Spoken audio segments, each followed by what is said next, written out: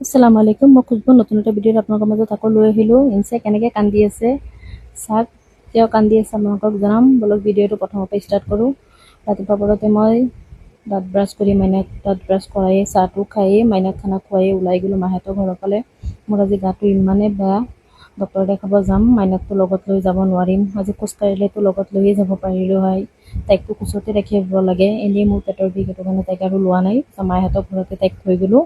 ইয়াতে তাই খেলি আছে, ভণ্টিৰ লগতে মই ওলাই গ'লোঁ। হাজবেণ্ডৰ কিবা এটা কাম আছিল কাৰণে সি আকৌ গ'ল। পিছত আকৌ মোৰ লগত সি আহিছে। পিছত ইয়াতে মই বহি আছিলোঁ, ডক্তৰ দেখালোঁ। পিছত ক'লে ব্লাড টেষ্ট কেইটামান দিছে আৰু আল্ট্ৰাচাউণ্ড এটা দিছে, সেইকেইটা কৰাব লাগিব। মই ব্লাড লোৱাটো ইমান ভয় লাগে, মোৰ ইনজেকশ্যন দেখিলেই মোৰ ভয় লাগে।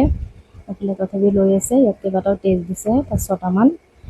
এইফালে ব্লাডটো লোৱাৰ সময়তে ভণ্টিয়ে অলপ কেমেৰাটো ধৰি দিছে আৰু এইফালে আমি ব্লাড দিয়ে পিছত আহি গ'লোঁ অলপ বজাৰৰ ফালে কিবা এটা খাবলৈ। মিঠা খাব মনা কৰিছে, তথাপি ক'লোঁ আজি লাষ্টে খাম আৰু নাখাওঁ। এইফালে মই ভণ্টিৰ লগতে চাহ একাপ আৰু গোল্লা এটা লৈ ল'লোঁ। এইফালে চাহটো খাই টমটমত উঠি ঘৰৰ ফালে আকৌ আহিলোঁ। মাইনাকো থৈ গৈছোঁ আৰু এইফালে মাইনাক খানা চানা খুৱাই লৈ গৈ আছোঁ ঘৰত একেবাৰে।